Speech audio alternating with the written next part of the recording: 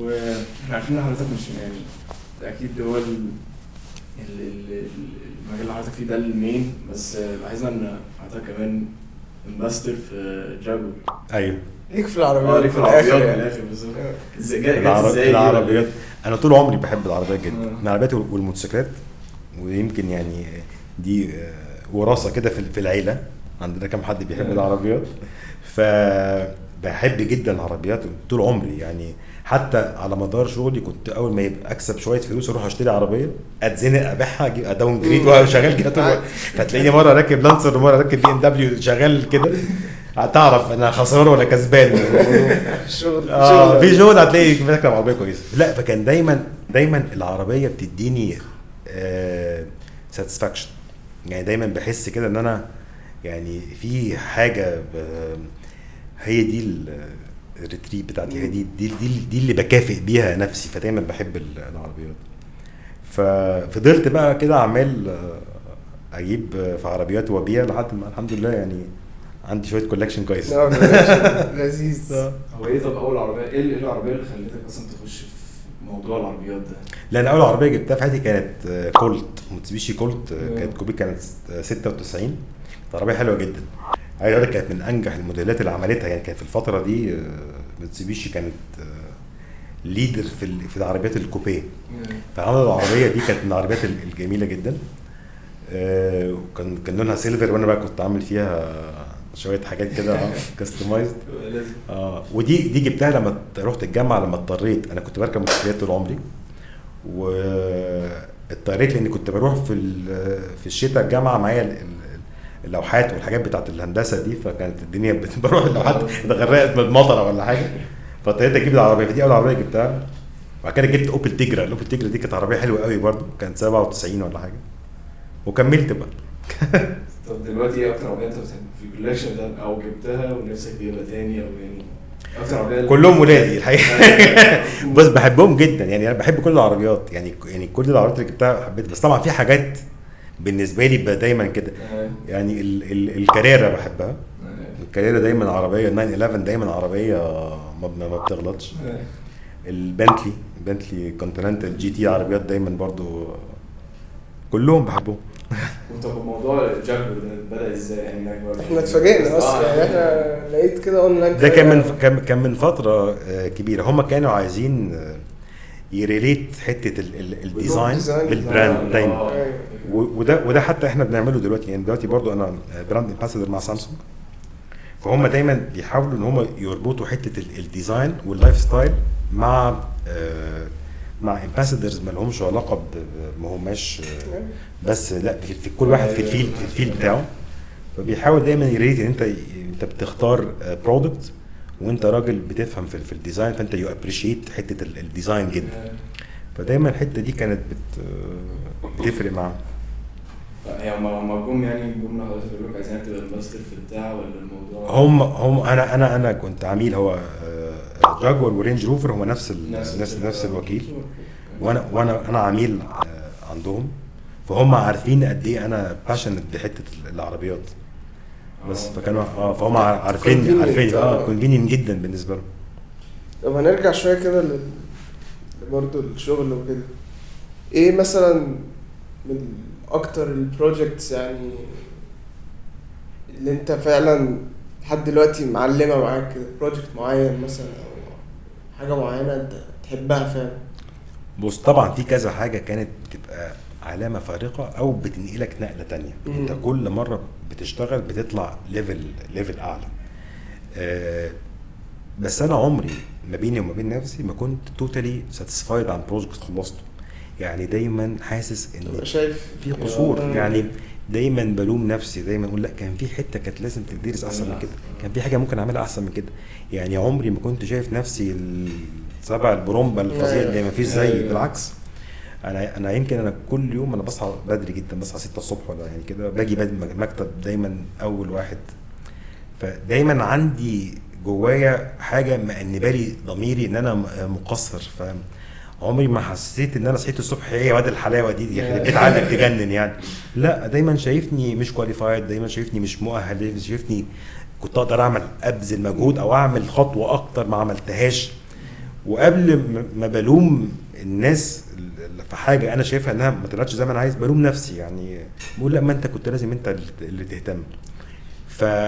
بس لكن اكيد في برضه في طبعا لا اكيد طبعا في حاجات مختلفه. لا في بيت في بيت من البيوت اللي عملتها في أليجريا كان من العلامات الفارقه بالنسبه لي، لان الاركيتكتشر مختلف. خلي بالك ان انت بتشتغل في مصر هنا عندك كميه كونسترينز كتيره جدا، الكرياتيفيتي مخنوقه، ما انت محكم غصب عنك باشتراطات مباني وقوانين مباني، فعندك ارتفاع معين، عندك بروز معين، فمش عارف تعمل الاركيتكتشر زي ما انت بتشوفه كده على بنترست ده، الحاجات الطايره والحاجات اللي ما بتعرفش تعملها. وبعدين انت 95% من البروجكتس اللي بتجيلك بتعملها اكزيستنج بروجكتس جوه كومباوندز موجوده، فانت هتشتغل على حاجه اكزيستنج، فما عندكش الابر هاند انت تبقى كريتيف. وعشان تحقق الكرياتيفيتي اللي انت نفسك فيها اللي بتشوفها دي تتكلف فلوس كتيره جدا وتهدر في السبيس، فصعب ان انت هنا تقدر تعمل اللي انت عايزه ده. فانت بشوف بقى ان الادد فاليو والادج انك انت برغم كل الكلام ده تعرف تطلع ديزاين نيت كرياتيف وفي حاجه مختلفه جديده بالرغم كل المعوقات دي. يعني حته القوانين واللوائح والحاجات الاكزيستنج دي حاجه، الحاجه الثانيه الليبر والعماله والماتيريالز والتولز دي معاناه في حاجه ثانيه.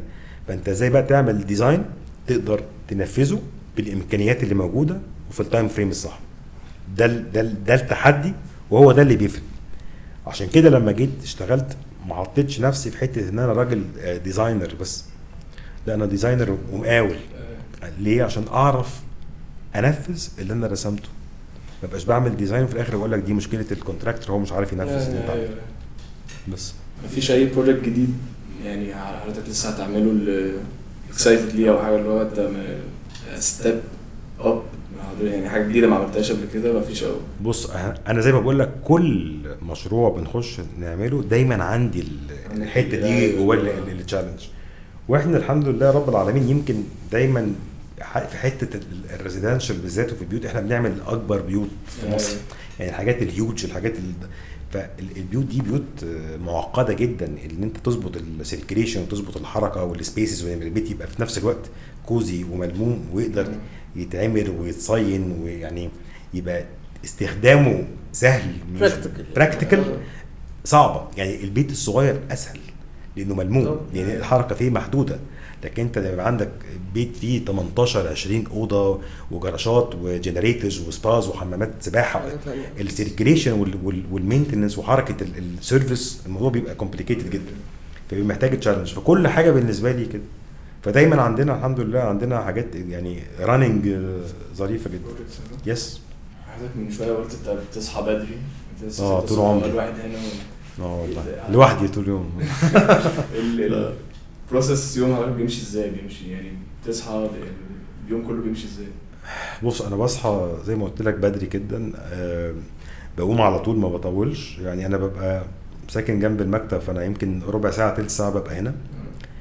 لما باجي انا بحب اقعد ساعه كده الصبح برين ستورم الحاجات اللي انا عايز اعملها، دايما بحط لنفسي يعني اهداف عايز احققها النهارده، فبقعد اكتب دايما ايه اللي انا عايز اعمله ده من يوم ما بدات. يعني انا عندي الاجنده بتاعتي والنوت بوك بتاعتي من يوم ما بدات انا كاتب فيها انا بعمل ايه. لما كنت لسه عندي موجوده اوريها لكم، فكاتب فيها كل الحاجات اللي انا بعملها، فبكتب اللي انا عايز اعمله بقى قبل ما تخش بقى في اليوم والناس دي تتكلم ويشوف الايميلز والحاجات، فبكتب التاسك اللي انا عايز اديها للناس، يعني عايز فلان يعمل كذا ده هفولو اب على الحاجات دي، عشان دايما بحب اجي اخر اليوم اتشيك انا قدرت احقق ايه من ده، فبحب اقعد اشطب على كل الحاجات اللي انا قدرت اعملها النهارده.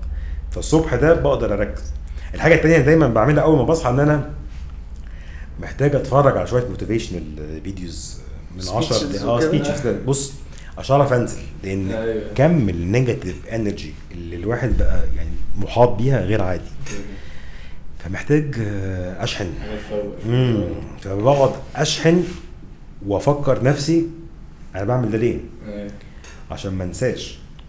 فدايما عندي شويه فيديوز كده معينه ممكن اكررها، بس بحب اسمع نفسي الكلام تاني وافكر نفسي دايما بحلمي وان انا لسه ما حققتش اللي انا كنت عايزه.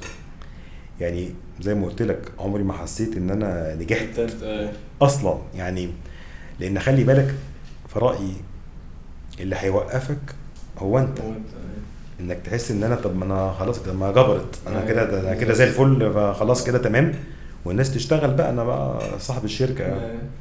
لكن انا باجي مش عشان انا عايز اجي وبس، انا باجي خوفا ان انا لا انا حاسس ان انا ما عنديش الرفاهيه ان انا اجي متاخر اصلا يعني. كأن حد يعني ساعات ببقى لو صحيت متاخر نص ساعه ده بقت 7 مثلا الصبح ولا حاجه ممكن انا البس واجري يعني. مراتي بتقولي انت خايف من مين؟ ما حدش هيزعلك على فكره لو اتاخرت نص ساعه ولا ساعه دي الموضوع تمام يعني. بس احساسي بتأنيب ضميري ان انا ما عنديش الرفاهيه دي. ان ده شغلك يعني انت يعني ما فيش حد عشان ما فيش حد يقول لك، عشان كده لازم انت اللي تبقى على طول انت بشغلك وانت فلوسك وزي وعلشان دايما عايز اكون احسن يعني. عمري ما كنت راضي عن النتائج.